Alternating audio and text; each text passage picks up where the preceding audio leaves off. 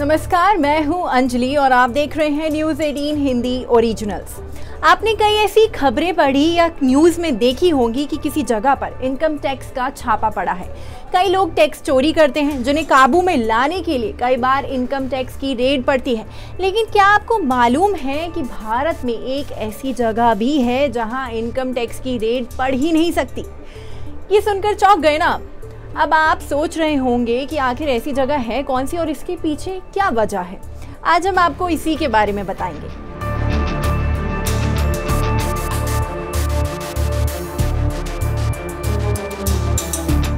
दरअसल लोगों को अपनी इनकम यानी आय के हिसाब से टैक्स चुकाना पड़ता है। कई तरह के टैक्स स्लैब्स होते हैं जिसके हिसाब से एलिजिबल लोगों को टैक्स देना पड़ता है। भारतीय आयकर अधिनियम में इसका प्रावधान है।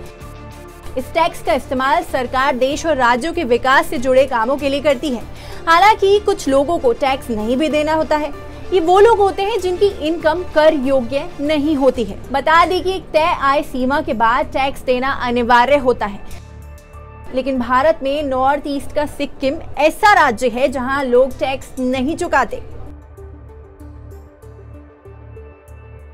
दरअसल पूर्वोत्तर के सिक्किम राज्य को आर्टिकल 371F के तहत विशेष दर्जा मिला हुआ है, जिसकी वजह से देश के दूसरे राज्यों के लोग यहां जमीन नहीं खरीद सकते हैं। वहीं सिक्किम के मूल निवासियों को टैक्स में भी छूट है, इन्हें टैक्स नहीं पे करना पड़ता।